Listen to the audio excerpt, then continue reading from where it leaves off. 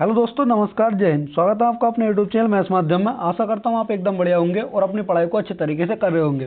तो दोस्तों आज हम इसमें करेंगे, यानी कि जो कि पिछली परीक्षाओं में क्वेश्चन पूछे गए हैं उनको आज हम इसमें कवर करेंगे। जैसा कि दोस्तों हमने अभी अपनी जो है पिछली 2 क्लासेस की थी रिवीजन क्वेश्चंस की, यानी जो अपने प्रीवियस ईयर में क्वेश्चन पूछे गए उन क्वेश्चंस को हमने कर लिया था। ठीक है, 2 क्लासेस में हमने रिवीजन क्लास वो अपनी कर ली थी। तो उसमें जो है हमने वो क्वेश्चंस किए थे जो कि टीसीएस के द्वारा हमारे पूछे गए, यानी कि जो दिल्ली पुलिस में और एसएससी के द्वारा हमारे जो सभी क्वेश्चंस पूछे गए उनको हमने उसमें कवर कर लिया था।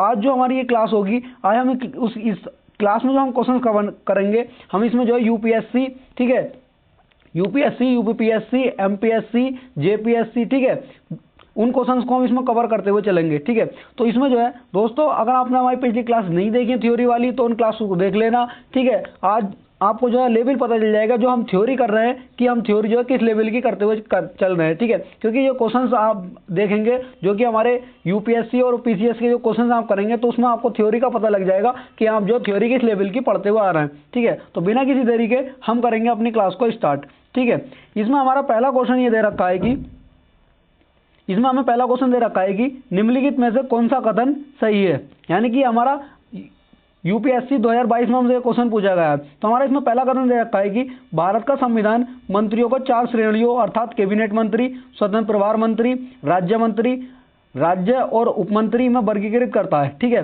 दूसरा हमें इसमें कथन दे रखा है कि संघ सरकार में मंत्रियों की कुल संख्या प्रधानमंत्री को मिलाकर लोकसभा के कुल सदस्यों के 15% से अधिक नहीं होनी चाहिए। ठीक है, तो इसमें हमारा ऑप्शन दे रखे हैं कि ऑप्शन ए दे रखा है हमें इसमें केवल 1, ऑप्शन बी है इसमें हमारा केवल 2, 1 और 2 दोनों, ना तो 1 और ना ही 2।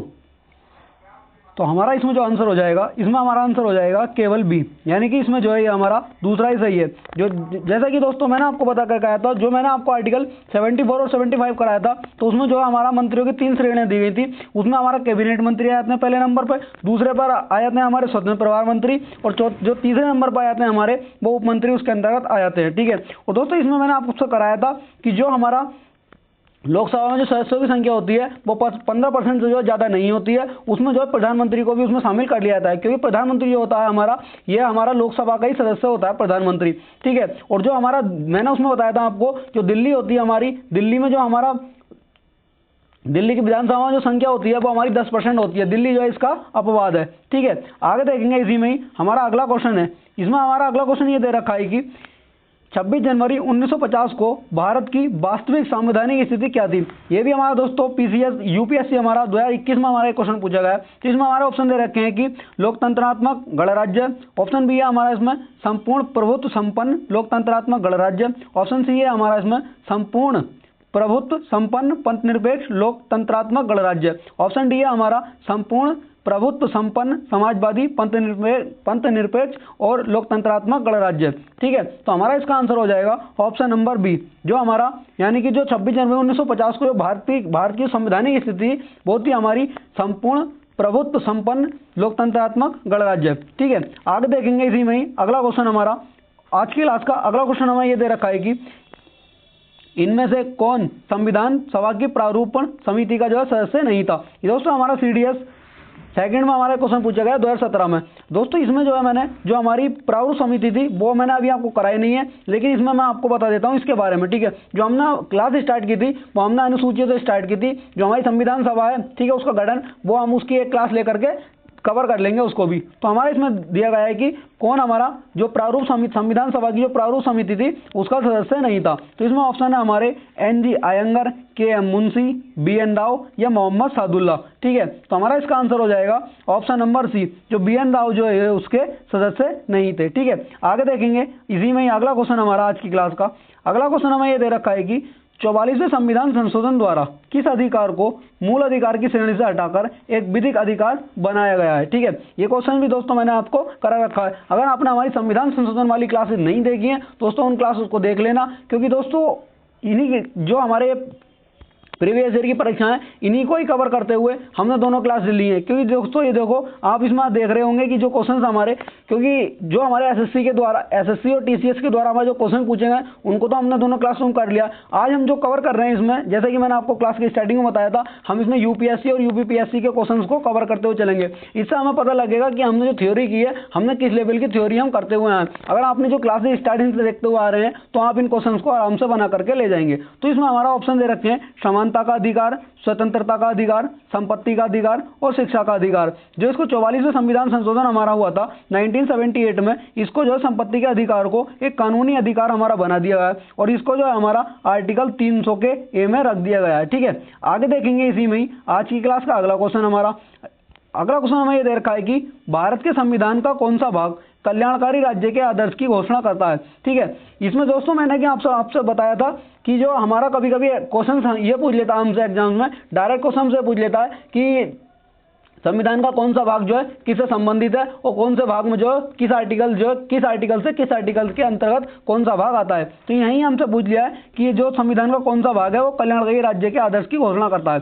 तो यहाँ इसमें हमारे ऑप्शन हो जाएंगे राज्य के नीति निर्देशक तत्व, मूल अधिकार, उद्देशिका या फिर 7वीं अनुसूची। तो हमारा इसका आंसर हो जाएगा, ये हमारा इसका आंसर हो जाएगा राज्य के नीति निर्देशक तत्व। जो हमारे डीपीएसपी है ये हमारे संविधान के भाग 4 में दे रखे हैं और जो है ये हमारे डीपीएसपी हैं ये लोक कल्याणकारी राज्य की स्थापना करते हैं। ठीक है, और ये हमारे आयरलैंड के संविधान से लिए गए हैं। ठीक है, आगे देखेंगे और ये हमारा जो इसमें बता दूं मैं आपको, ये आर्टिकल हमारा 36 से 51 तक इसमें दे रखा है। ये आर्टिकल 36 से 51 हमारे इसमें दे रखे हैं। ठीक है, राज्य के नीति निर्देशक तत्व। ठीक, आगे देखेंगे आज की क्लास का अगला क्वेश्चन। इसमें दे रखा है हमें परिभाषा से संवैधानिक सरकार का अर्थ क्या है। यानी कि हमसे पूछा गया संवैधानिक सरकार का अर्थ जो है हमें क्या दे रखा परिभाषा के अनुसार। तो इसमें हमारा ऑप्शन है विधानमंडल द्वारा सरकार, ऑप्शन बी दे रखा है हमें लोकप्रिय सरकार, ऑप्शन सी है बहुदलीय सरकार, ऑप्शन डी दे रखा है हमें सीमित सरकार। ठीक है, तो इसमें हमारा आंसर हो जाएगा ये जो हमारी संवैधानिक सरकार जो होती है ये एक हमारी सीमित सरकार होती है। यानी कि जो सरकार होगी हमारी संवैधानिक, ये संविधान के अंतर्गत रह करके ही काम करेगी और ये संविधान से बाहर होकर के काम नहीं करेगी,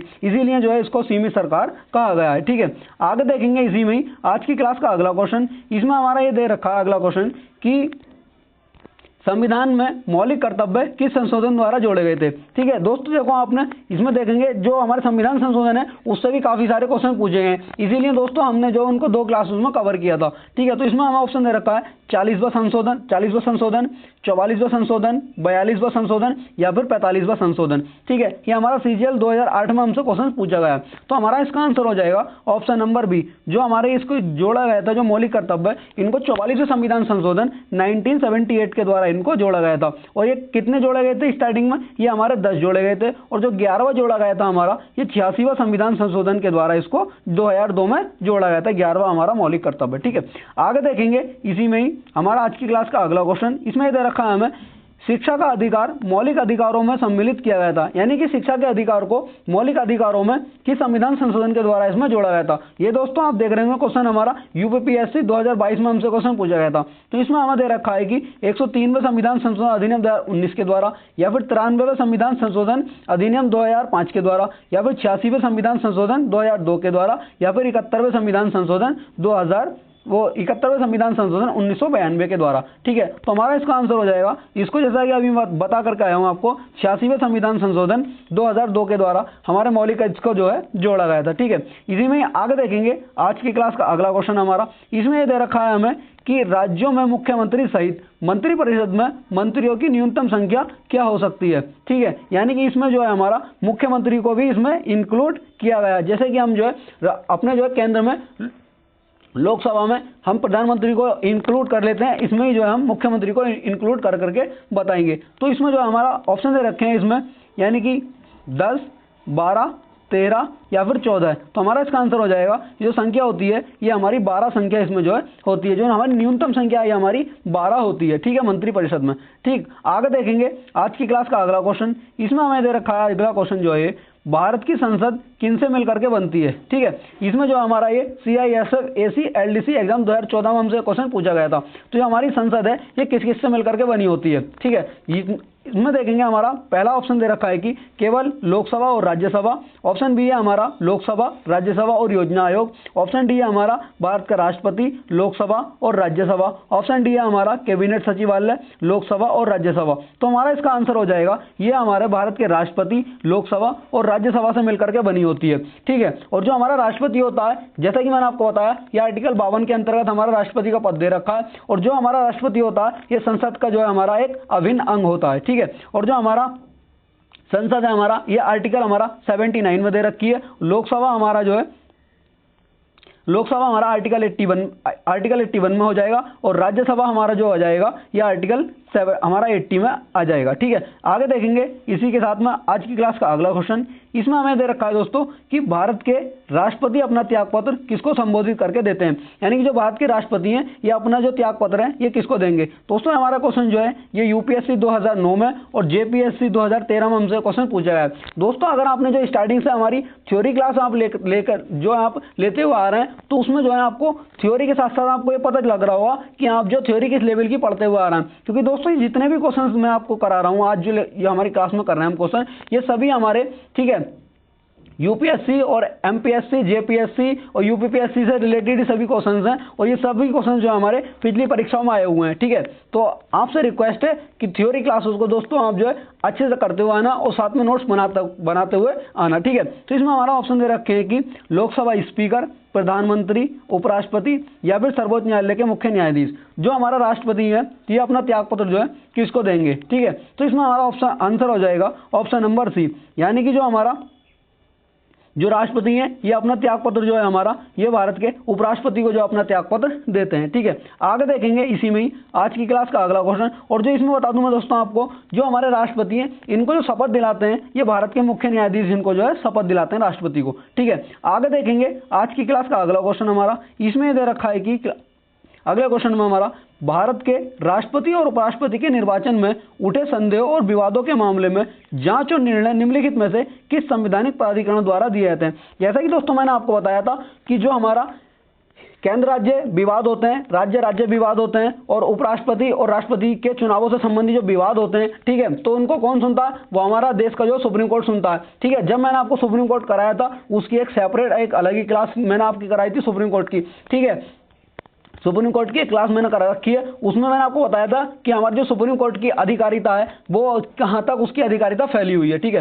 तो इसमें हमसे वही दे रखा है कि जो इस राष्ट्रपति और उपराष्ट्रपति के चुनाव से संबंधित जो विवाद होंगे उन विवादों को जो है कौन सुन सकता है और वे किसकी अधिकारिता के अंतर्गत आते हैं, ठीक है। इसमें हमारा ऑप्शन दे रखे हैं भारत का उच्चतम न्यायालय, ठीक है, भारत का निर्वाचन आयोग या फिर संसदीय समिति या फिर दिल्ली का उच्च न्यायालय, ठीक है। तो हमारा इसका आंसर हो जाएगा ऑप्शन नंबर ए, जो हमारा इनके चुनावों से संबंधित जो विवाद होंगे इसको भारत का जो है हमारा उच्चतम न्यायालय यानी कि सुप्रीम कोर्ट सुनेगा, ठीक है। आगे देखेंगे इसी में ही हमारा अगला क्वेश्चन आया था आज की क्लास का। इसमें दे रखा है हमें कि भारत में संसद के द्वारा पंचायत यानी एक्सटेंशन टू शेड्यूल एरियाज कानून कब पारित किया गया था, ठीक है। भारत में जो पंचायत कानून था इसको जो कब पारित किया गया था। दोस्तों मैंने अभी आपको 3 से 4 दिन पहले जो हमारा पंचायत या जो हमारा स्थानीय स्वशासन था, ग्रामीण स्वशासन था, उसको मैंने बिल्कुल डीपली तरीके से आपको कराया था, ठीक है। तो यहीं से हमारा ये 2022 में हमसे क्वेश्चन पूछा गया था यूपीपीएससी में, ठीक है। हम इसको जो पंचायत को कब इसमें लागू किया गया था, ठीक है। तो इसमें ऑप्शन दे रखे हैं हमारे 1998 में, 1996 में, 1995 में या फिर 1993 में, ठीक है। तो हमारा इसका आंसर हो जाएगा, ये हमसे पूछा गया एक्सटेंशन टू शेड्यूल एरियाज, यानी कि जो पंचायत को हमारा जो जनजातीय एरियाज में जो है इसको कब लागू किया गया था। तो इसको जो है 1996 में जो है इसको लागू किया गया था। और जो हमारा उसमें लागू किया गया था, ठीक है, जो वैसे एरियाज हैं जैसे हमारा उसमें लागू किया गया था इसके अंदर हरियाणा, उसमें राजस्थान के अंदर, तो इसको जो है 1993 में इसमें लागू किया गया था, ठीक है। और जो हमारा शेड्यूल एरियाज में इसको लागू किया गया था ये 1996 में शेड्यूल एरियाज में इसको लागू किया गया था, ठीक है। आगे देखेंगे इसी में ही आज की क्लास का अगला क्वेश्चन। इसमें हमें दे रखा है कि भारतीय संसद के संयुक्त सत्र की अध्यक्षता कौन करता है? यानी कि जो भारतीय संसद है हमारी, इसका जो संयुक्त सत्र आता है, इसमें जो है इसको संयुक्त सत्र को कौन लेकर के आता है, ठीक है, और जो इसकी अध्यक्षता करता है, इसकी अध्यक्षता कौन करता है, ठीक है। मैं भी दोस्तों इसमें जो है आपको ये जितने भी क्वेश्चंस हैं, आपने अगर क्लासेस देख रखी हैं तो आपको पता लग रहा होगा, थ्योरी में हमने इन सबको कर रखा है, ठीक है। तो इसमें हमारा ऑप्शन दे रखा है कि राज्यसभा का सभापति, संसद का वरिष्ठतम सदस्य, लोकसभा का अध्यक्ष या कि भारत का राष्ट्रपति, ठीक है। तो हमारा इसका आंसर हो जाएगा ऑप्शन नंबर सी। इसको जो अध्यक्षता करता है हमारा, ठीक है, अध्यक्षता जो करता है हमारा, वो लोकसभा का अध्यक्ष जो है इसकी अध्यक्षता करता है। लेकिन जो संयुक्त सत्र बुलाया जाता है वो राष्ट्रपति के द्वारा, आर्टिकल 108 के द्वारा हमारा संयुक्त सत्र को राष्ट्रपति के द्वारा बुलाया जाता है। लेकिन जो इसकी अध्यक्षता करता है, ठीक है, अध्यक्षता जो करता है हमारा, वो लोकसभा का स्पीकर या फिर लोकसभा का अध्यक्ष इसकी अध्यक्षता करता है, ठीक है। इसी के साथ आगे देखेंगे आज की क्लास का अगला क्वेश्चन हमारा। अगला क्वेश्चन दोस्तों हमें ये दे रखा है कि इसमें कि भारतीय संविधान के कौन से अनुच्छेद नागरिकता से संबंधित हैं, ठीक है। इसमें दोस्तों जैसे कि मैंने आपको बताया था कि जो हमारा नागरिकता संबंधित हो, उसमें हमसे पूछ लेता है किस आर्टिकल से किस आर्टिकल तक हमारा स्वतंत्रता का अधिकार है, नागरिकता के संबंधित अधिकार है। तो ठीक है, जो हमारा नागरिकता है, ठीक है, नागरिकता हमारा जो आता है ये भाग 2 के अंतर्गत आता है हमारा, ठीक है। संविधान के भाग 2 में हमारा नागरिकता आता है, और आर्टिकल जो हमारा आता है इसमें आर्टिकल 5 से 11 तक इसमें कवर किए जाते हैं। तो नागरिकता से संबंधित हमारा अधिनियम आया था, ठीक है। अधिनियम जो आया था हमारा 1955 में हमारा नागरिकता से संबंधित अधिनियम आया था, जो कि मैं आपको जो नागरिकता वाली क्लास में अच्छे से अधिनियम को भी करा चुका हूं, ठीक है। तो इसमें हमारे ऑप्शन दे रखे हैं अनुच्छेद 3 से 10 तक, अनुच्छेद 4 से 11, अनुच्छेद 5 से 11 या फिर अनुच्छेद 6 से 11। दो हमारा इसमें आंसर हो जाएगा दोस्तों ऑप्शन नंबर सी, अनुच्छेद 5 से 11 हमारा नागरिकता से संबंधित हो जाता है, ठीक है। आगे देखेंगे इसी में ही आज की क्लास का अगला क्वेश्चन, ठीक है। तो इसमें अगले क्वेश्चन में हमें ये दे रखा है कि लोकसभा का कोरम कुल सदस्य संख्या का कितना होता है। दोस्तों ये देखो हमारा एक क्वेश्चन जो है, जो हमारा गण पूर्ति होती है, जो कोरम होता है हमारा, वो ठीक है कितने सदस्यों से होकर के जो है हमारी गण पूर्ति पूरी होती है। दोस्तों इंपॉर्टेंट क्वेश्चन है, इसको जो है आप नोट करते हुए चलना, क्योंकि दोस्तों हमारा देखो ये यूपीपीएससी मेंस 2004 में, 2006 में, ठीक है, और यूपी लोअर सप्लाई इंस्पेक्टर में 2008 में हमारा एक क्वेश्चन पूछा गया। यानी कि दोस्तों इंपॉर्टेंट क्वेश्चन है, इसको आप जो है नोट कर लेना, ठीक है।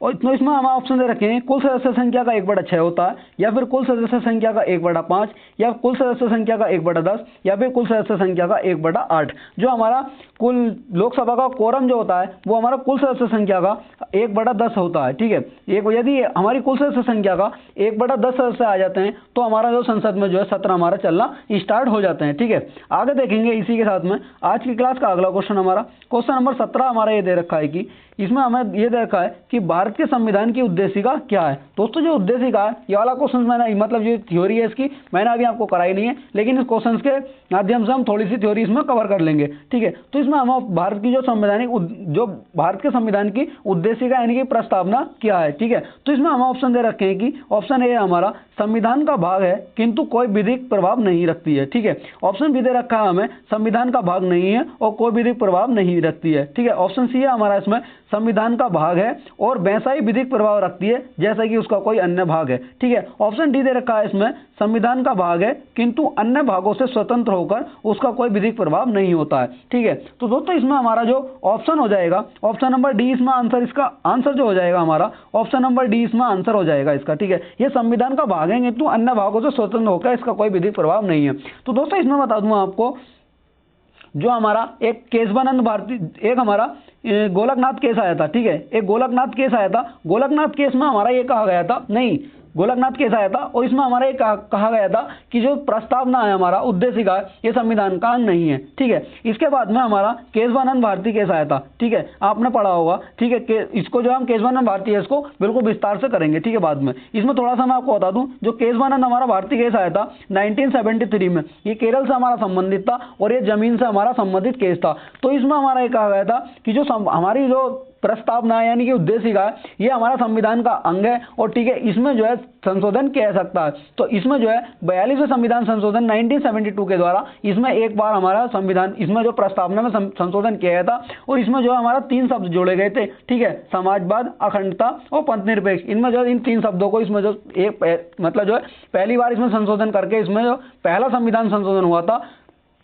प्रस्तावना में, ठीक है, पहला संविधान संशोधन इसमें पहले संविधान संशोधन के द्वारा जो है इसमें ये 3 शब्द इसमें जोड़े गए थे, ठीक है। और इसमें जो है केशवानंद भारती केस में भी यही कहा गया था कि जो हमारा प्रस्तावना है ये संविधान का अंग है, ठीक है। और दोस्तों इसमें बता दूंगा आपको जो संविधान बनने से पहले जो हमारी प्रस्तावना, जो उद्देशिका है, जो उद्देशिका प्रस्ताव जो हमारा पेश किया गया था, ये हमारा 13 दिसंबर 1946 को जो है 13 दिसंबर इसको जो है 13 दिसंबर, ठीक है, 13 दिसंबर 1946 को इसको जो है संविधान सभा के सामने इसको जो पेश किया गया था, ठीक है, बैठक में उसकी, और जो इसको पारित किया गया था, इसको जो पारित किया गया था 22 जनवरी 1947 को जो है इसको प्रस्तावना को स्वीकार कर लिया गया था, ठीक है। आगे देखेंगे इसी में ही आज की क्लास का अगला क्वेश्चन हमें ये दे रखा है कि अगला क्वेश्चन दोस्तों हमारा ये दे रखा है कि मंत्रिपरिषद सामूहिक रूप से किसके प्रति उत्तरदायी होती है, ठीक है। ये हमारा एसएससी 10+2 में 2014 में हमसे ये क्वेश्चन पूछा गया है दोस्तों। इसमें जो है हमारा पिछले हमारे 12 से 13 वर्ष में जितने भी हमारे क्वेश्चन पूछे गए हैं, ठीक है, इस सबको मैंने इसमें जो है कवर करते हुए चला, और जो इंपॉर्टेंट क्वेश्चन है मैं सभी को इसमें कवर करते लेकर हूँ दोस्तों। जैसा आपने देखा होगा इसमें जो कुछ क्वेश्चन हमारे ये ऐसे भी हैं जो 2008, 2002, 2010, 2014 सभी को मैंने इसमें जो कवर करते हुए चले, और जो हमारे 2020, 21, 22, 23 के जो क्वेश्चंस हैं वो मैं पिछली 2 क्लासेस में कवर कर चुका हूं। उनको आप, अगर आपने वो रिवीजन क्लास नहीं की है तो उस क्लासेस को दोनों को आप कर लेना, ठीक है। तो इसमें हमसे क्वेश्चन में पूछा है कि मंत्रिपरिषद सामूहिक रूप से किसके प्रति उत्तरदायी होती है, ठीक है। तो इसमें हमारा ऑप्शन दे रखा है कि पहला ऑप्शन हमारा राष्ट्रपति के, या फिर प्रधानमंत्री, लोकसभा या राज्यसभा। जो हमारा मंत्रिपरिषद होती है ये सामूहिक रूप से जो है हमारा जो ऑप्शन सी है ये लोकसभा के प्रति उत्तरदायी होती है, ठीक है। ये सामूहिक रूप से हमारा जो मंत्रिपरिषद होगी ये लोकसभा के प्रति उत्तरदायी होती है, ठीक है। आगे देखेंगे आज की क्लास का अगला क्वेश्चन हमारा ये दे रखा है कि भारतीय संसद के कामकाज में शून्यकाल का अर्थ क्या होता है, यानी कि जो शून्यकाल है, जो इस संसद में शून्यकाल होता है, ठीक है, इसका अर्थ क्या है। तो ऑप्शन हमें दे रखे हैं इसमें प्रश्नकाल से पहले का समय जो है शून्यकाल कहलाता है, या फिर ऑप्शन बी दे रखा हमें सत्र का पहला घंटा, ऑप्शन सी है प्रश्नकाल और अगली कार्यसूची के बीच का समय, ऑप्शन डी है जब विशेषाधिकार प्रस्ताव स्वीकार कर लिया जाए, ठीक है। तो इसमें हमारा आंसर हो जाएगा ऑप्शन नंबर सी, हमारा जो है इसका आंसर हो जाएगा प्रश्नकाल और अगली कार्यसूची के बीच का समय जो है हमारा शून्यकाल कहलाता है। दोस्तों शून्यकाल को मैं जो है थ्योरी क्लास में बिल्कुल अच्छे तरीके से कवर किया था हमने उसमें, ठीक है। तभी मैं दोस्तों आपसे बार बार कह रहा हूं कि आपने अगर थ्योरी क्लास नहीं की है तो दोस्तों आप जो थ्योरी क्लासेस को आप कर लेना, क्योंकि इसमें आपको अगर जो भी स्टार्टिंग से हमारी क्लास लेते हुए आ रहे हैं थ्योरी वाली, तो उनको पता लग रहा होगा कि किस लेवल का आप पढ़ते हुए आ रहे हैं। क्योंकि दोस्तों जितना भी क्वेश्चन है हमारे ये सभी हमारी देखो यूपीएससी, यूपीपीएससी, एमपीएससी, जेपीएससी, ठीक है, बिहार एसएससी, इन सभी क्वेश्चन को हमने जो कवर किया, इसमें आपको लग रहा होगा कि आप जो इस थ्योरी को करने के बाद में आप किसी भी एग्जाम में बैठ जाना, आप जो अच्छा स्कोर कर पाएंगे, ठीक है। तो इसमें हमारा अगला क्वेश्चन हमें ये दे रखा है कि निम्नलिखित में से कौन लोकसभा के सत्र का अवसान करने के लिए प्राधिकृत है, यानी कि कौन जो है लोकसभा के सत्र का जो है सत्रावसान और अवसान करने का अधिकार जो है किसके पास होता है, ठीक है। यह हमारा इसमें ऑप्शन दे रखे हैं कि लोकसभा अध्यक्ष के पास, महान्यायवादी के पास, या फिर राष्ट्रपति के पास, या फिर संसदीय कार्य मंत्री के पास। तो हमारा इसका आंसर हो जाएगा ऑप्शन नंबर सी, हमारा इसका आंसर हो जाएगा, यानी कि राष्ट्रपति के पास अधिकार होता है कि राष्ट्रपति जो है लोकसभा के सत्र को जो है सत्रावसान और अवसान उसका कर सकते हैं, ठीक है। ये राष्ट्रपति की जो है हमारा विधायी शक्ति के अंतर्गत आता है, ठीक है। आगे देखेंगे आज की क्लास का अगला क्वेश्चन हमारा इसमें दे रखा है हमारा कि जो पीआईएल है, यानी कि इसकी फुल फॉर्म क्या है। यह अभी दोस्तों मैंने आपको पीआईएल कराई नहीं है, जो पीआईएल है, ठीक है, इसको हम बिल्कुल डीप तरीके से देखेंगे, इसकी एक अलग क्लास लेकर के, ठीक है। यह हमारा एमपीपीएससी मेंस 2013 में हमसे क्वेश्चन पूछा गया था, और यह हमसे क्वेश्चन पूछा गया था यहाँ पे पीआईएल की फुल फॉर्म। तो दोस्तों हमारा जो है इसकी पीआईएल की फुल फॉर्म जो हो जाएगी हमारी, और इसका जो हमारी पीआईएल की फुल फॉर्म होती है इसका हो जाएगा हमारा पब्लिक इंटरेस्ट लिटिगेशन। ये हमारा इसका आंसर हो जाएगा इसका, क्योंकि हमसे दोस्तों फुल फॉर्म भी पूछ लेता। और दोस्तों मैं आपको बता दूं इसमें जो है जो भारत में पीआईएल के जनक कहे जाते हैं, ठीक है, जो पीआईएल के जनक हैं हमारे, वो पीएन भगवती को जो है भारत में जो है पीआईएल का जनक कहा जाता है, ठीक है। और जो पीआईएल की जननी है उनको जो पीआईएल की जननी कहा जाता है वो कपिला इंगोरानी को जो है भारत के अंदर पीआईएल की जननी कहा जाता है, ठीक है। आगे देखेंगे आज की क्लास का अगला क्वेश्चन हमारा, ठीक है। अगला क्वेश्चन हमें दोस्तों ये दे रखा है कि पंचायतों के लिए कराए जाने वाले सभी निर्वाचनों के संचालन का अधीक्षण, निर्देशन और नियंत्रित निहित होता है, ठीक है। तो ये इसमें देखेंगे हमारा ऑप्शन दे रखे हैं इसमें राज्यपाल में, भारत के निर्वाचन आयोग में, जिला पंचायत राज्य अधिकारी में या फिर राज्य निर्वाचन आयोग में। यानी दोस्तों मैंने आपको बताया था जो हमारे पंचायत से संबंधित जो चुनाव होते हैं और जो चुनावों का संचालन निरीक्षण वगैरह होता है वो किसके अंतर आता है। ठीक है, जो पंचायत का चुनाव होता है हमारा वो भारत का निर्वाचन आयोग, तो मैंने आपको बताया था वो करता नहीं है, तो इनको जो हमारा पंचायत का चुनाव वगैरह जो हमारा कराता है वो हमारा राज्य निर्वाचन आयोग के द्वारा हमारे पंचायतों के चुनाव का संचालन वगैरह किया जाता है। ठीक है, आगे देखेंगे आज की क्लास का अगला क्वेश्चन हमारा। ठीक है, अगला क्वेश्चन हमें दोस्तों ये दे रखा है कि इसमें यह है कि जो चुनाव आयोग किस अनुच्छेद के अंतर्गत आता है। यानी कि दोस्तों अभी ये क्वेश्चंस मैंने आपको कराए नहीं है चुनाव आयोग से रिलेटेड, यानी कि 2 से 3 दिन में हम उसको भी कवर कर लेंगे। ठीक है, जो चुनाव आयोग है दोस्तों इसमें बता दूं आपको, ये हमारा आर्टिकल 324 के अंतर्गत आता है। जो चुनाव आयोग है हमारा आर्टिकल 324 में हमारा चुनाव आयोग से अंतर्गत आता है। ठीक है, चुनाव आयोग की भी हमें एक अलग क्लास लगेंगे क्योंकि चुनाव आयोग जो हमारा एक महत्वपूर्ण टॉपिक हो जाता है और यहाँ से दोस्तों अच्छे खासे क्वेश्चन हमसे पूछे जाते हैं। ठीक है, आगे देखेंगे आज की क्लास का अगला क्वेश्चन हमारा। ठीक है दोस्तों, ये क्वेश्चन मैंने आपको पढ़ा रखा है, आप इसमें नहीं कह सकते कि मैंने आपको पढ़ाया नहीं है। ठीक है, इसमें यह हमारा कि सरकारी आयोग की सिफारिशों का संबंध किससे है। उसमें दोस्तों ये क्वेश्चन मैंने कराते टाइम आपसे कहा था कि हमसे जो डायरेक्ट क्वेश्चन पूछ लिया जाता है कि जो हमारा सरकारी आयोग है, ठीक है, ये इसका संबंध जो है किससे है। और दोस्तों ये हमारा इंपॉर्टेंट क्वेश्चन हो जाता है और इसमें दोस्तों आप देख रहे होंगे ये हमारा कितनी परीक्षाओं में पूछा जा चुका है। ये हमारा जेपीएससी 2003, यूपीपीएससी मेंस 2003 में और 2004 में और यूपी आरओ प्री में 2014 में हमसे दोस्तों क्वेश्चन पूछा जा चुका है। तभी मैंने आपसे कहा था कि जो हमारे सरकारी आयोग वगैरह इनको आप जो अच्छे से पढ़ लेना। ठीक है, और इसीलिए दोस्तों मैंने आपको जो इंपॉर्टेंट हमारे आयोग थे उन्हीं को मैंने आपको कवर कराया था। ठीक है, तो इसमें हमारे ऑप्शन दे रखे हैं राजस्व वितरण से संबंधित है, राष्ट्रपति की शक्तियों एवं कार्यों से, संसद की सदस्यता से, या फिर केंद्र और राज्य के पारस्परिक संबंधों से इसका संबंध है।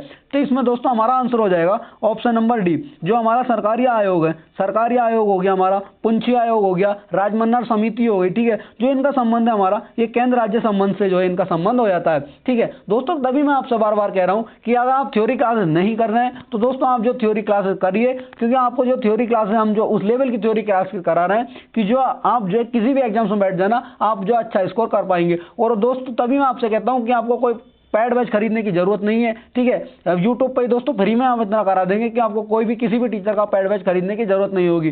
ठीक है, और तभी मैं दोस्तों आपसे कहता हूं कि साथ में दोस्तों नोट्स बनाते हुए चलना। ठीक है, नोट्स जो है बहुत ही इंपॉर्टेंट है जिससे कि आप बाद में भी रिवीजन कर सकते हैं। ठीक है, आगे देखेंगे आज की क्लास का अगला क्वेश्चन हमारा। ठीक है, अगला क्वेश्चन हमें दोस्तों ये दे रखा है इसमें कि गांधीवाद और मार्क्सवाद के बीच एक समान मतलब गांधीवाद और मार्क्सवाद के बीच एक समान सहमति पाई जाती है, यह निम्नलिखित में से कौन सी है। यह हमारा आईएएस यानी यूपीएससी 2020 में हमसे क्वेश्चन पूछा गया था। ठीक है, इसमें हमसे बताया गया है कि गांधीवाद के विचारों को इसमें जो है दिखाया गया है। तो इसमें ऑप्शन हमें दे रखा है कि एक अंतिम लक्ष्य के रूप में राज्यविहीन समाज, वर्ग संघर्ष, ऑप्शन सी है हमारा निजी संपत्ति की समाप्ति, ऑप्शन डी है इसमें हमारा आर्थिक नियतिवाद। तो हमारा इसमें आंसर हो जाएगा ऑप्शन नंबर ए, यानी कि जो एक अंतिम लक्ष्य के रूप में राज्यविहीन समाज। ठीक है, और जो हमारा मैंने आपको उसमें कुछ आर्टिकल्स भी कराए थे कि मार्क्सवादी संबंधित आर्टिकल हमारे कौन से थे, गांधीवादी संबंधित आर्टिकल जो है हमारे कौन से थे। ठीक है, और जो हमारा गांधीवाद जो हमारा पंचायती राज है, ठीक है, ये हमारा गांधीवाद के जो है विचारों पर ही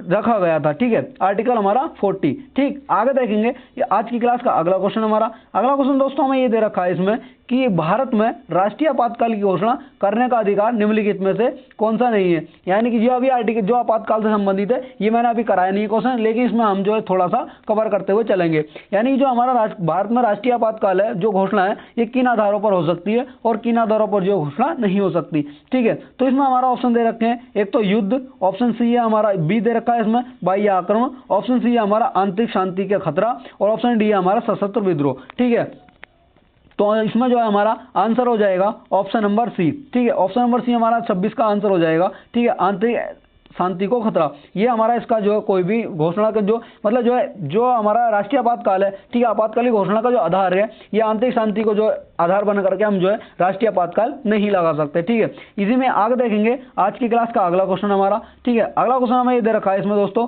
कि पंचायती राज विषय है, ये हमारा लोअर पीसीएस में हमसे दोस्तों क्वेश्चन पूछा गया था 2015 में। जो पंचायती राज है हमारा ये किस सूची के अंतर्गत आता है। तो हमारा ऑप्शन दे रखे हैं इसमें समवर्ती सूची का, केंद्र सूची का, राज्य सूची का या फिर शेषाधिकार सूची का। ये शेषाधिकार सूची हमारी वो हो जाती है, यानी कि अवशिष्ट शक्तियां जो कि इन तीनों सूची में नहीं आती हैं। तो हमारा जो पंचायती राज है, तो इसमें जो पंचायती राज है हमारा, ये राज्य सूची का हमारा विषय है, ठीक है। जो पंचायती राज हमारा राज्य सूची का विषय हो जाएगा, ठीक है। आगे देखेंगे इसी में ही आज की क्लास का अगला क्वेश्चन। दोस्तों इसमें बता दूंगा आपको, जो हमारा पंचायती राज है, जो इसमें विषय दिए गए हैं पंचायती राज को, इसमें जो है 29 विषय हमारे ग्रामीण को दिए गए हैं, और जो हमारा 18 विषय दिए गए हैं, ये हमारा नगर पालिका को 18 विषय दिए गए हैं, ठीक है, इसी के अंतर्गत। आगे देखेंगे आज की क्लास का अगला क्वेश्चन। हमारा अगला क्वेश्चन दोस्तों हमें दे रखा है कि इसमें हमारा यह है कि पंचायती राज की त्रिस्तरीय व्यवस्था की संतुष्टि प्रारंभ में किस समिति द्वारा की गई थी। ये हमारा दोस्तों छत्तीसगढ़ पीसीएस में प्री में हमसे 2011 में हमसे ये क्वेश्चन पूछा गया था, ठीक है। तो दोस्तों इसमें बता दूं मैं आपको, जो त्रिस्तरीय व्यवस्था दी थी वो सबसे शुरुआत में किसने हमारी त्रिस्तरीय व्यवस्था दी थी पंचायती राज से संबंधित में। तो इसमें हमारा ऑप्शन है बलवंत राय मेहता समिति, अशोक मेहता समिति, एल.एम. सिंघवी समिति या जी.वी.के. राव समिति, ठीक है। तो हमारा इसका जो आंसर हो जाएगा, ये आंसर तो हमारा हो जाएगा इसका बलवंत राय मेहता समिति। जो बलवंत राय मेहता समिति आई थी, ये 1957 में आई थी। ये हमारा 1957 में बलवंत राय मेहता समिति आई थी। और सबसे पहले ही इसने बलवंत राय मेहता समिति ने जो हमारा कहा था कि जो पंचायतों के जो 3 स्तर होने चाहिए, और जो सबसे ज्यादा सिफारिशें स्वीकार की गई थी, वो बलवंत राय मेहता समिति की सिफारिशें स्वीकार की गई थी। दोस्तों इसमें आप देख रहे होंगे, ये हमारे जितने भी क्वेश्चन हम इसमें करा रहे हैं, ठीक है, ये जितने भी हमारे क्वेश्चन हैं, ये हमारे छत्तीसगढ़ पीसीएस, मध्य प्रदेश पीसीएस, ठीक है, बिहार पीसीएस और झारखंड पीसीएस और यूपी पीसीएस, ठीक है, और यूपीएससी, सभी क्वेश्चन दोस्तों आप जो है स्टार्टिंग में आप देखते आ रहे हैं। सभी क्वेश्चन तो ये नहीं है मैंने कि अपनी तरफ से लिख दिया, ये सभी क्वेश्चन दोस्तों मैंने जो है बोर्ड की जो वेबसाइट है हमारी, वहीं से मैं दोस्तों इन क्वेश्चंस को उठा करके लेकर के आया हूँ, ठीक है। बाकी आप जो है, आपसे रिक्वेस्ट है अभी भी दोस्तों, जो आप अगर थ्योरी क्लास नहीं कर रहे हैं तो दोस्तों थ्योरी क्लास को हम करते हुए चलना, ठीक है। आगे देखेंगे आज की क्लास का अगला क्वेश्चन। हमारा अगला क्वेश्चन दोस्तों हमें इसमें दे रखा है कि भारत के संविधान का कौन सा अनुच्छेद अपनी पसंद के व्यक्ति से विवाह करने के किसी व्यक्ति के अधिकार को संरक्षण देता है। यह हमारा यूपीएससी 2019 में हमसे क्वेश्चन पूछा गया था। इसमें यह है कि भारतीय संविधान में कौन सा अनुच्छेद यह स्वतंत्रता देता है, ठीक है, ये कौन सा अधिकार है व्यक्ति का कि वह अपने मनपसंद के व्यक्ति से विवाह कर सकता है। तो इसमें हमारा आर्टिकल दे रखा है आर्टिकल 19, आर्टिकल 21, आर्टिकल 25 या फिर आर्टिकल हमारा 29। तो हमारा इसमें आर्टिकल हो जाएगा आर्टिकल 21 के तहत जो है कोई भी व्यक्ति को अधिकार ये देता है कि वह अपने किसी व्यक्ति से, अपने मनपसंद के व्यक्ति से विवाह कर सकता है, ठीक है। दोस्तों इसमें जो है हमने ये हमारे 29 क्वेश्चन थे, और दोस्तों इसमें आप देखते हुए आ रहे होंगे, ये हमारे 29 क्वेश्चन जो है ये हमारे सभी परीक्षाओं में पूछे गए हैं। और इसमें दोस्तों आपने अगर थ्योरी क्लास में आप करते हुए आ रहे हैं तो इसमें दोस्तों आपको पता लग रहा होगा कि आप जो किस लेवल की आपने थ्योरी पढ़ी है, ठीक है। और ये आप सभी परीक्षाओं में जो हमारे हाई लेवल की परीक्षा है उन सभी को मैंने कवर किया था इसमें। और जो हमारी पिछली 2 क्लासेस थी हमारी, उसमें मैंने जो टीसीएस के द्वारा क्वेश्चन पूछे गए थे उनको कवर किया था। अब जो इसमें जो क्वेश्चन किए थे मैंने राज्य लोक सेवा आयोग के द्वारा जो क्वेश्चन पूछे हैं उनको कवर किया था। बस आपसे रिक्वेस्ट है दोस्तों, थ्योरी क्लास आप करते रहना और साथ में नोट्स बनाते हुए चलना, और क्लास को दोस्तों ज़्यादा से ज़्यादा शेयर करना। और अभी तक दोस्तों आपने चैनल को सब्सक्राइब नहीं किया तो दोस्तों आपसे रिक्वेस्ट है चैनल को सब्सक्राइब कर लेना, ठीक है। इसी के साथ दोस्तों मिलते हैं अपनी थ्योरी क्लासेस में। जय हिंद, जय भारत।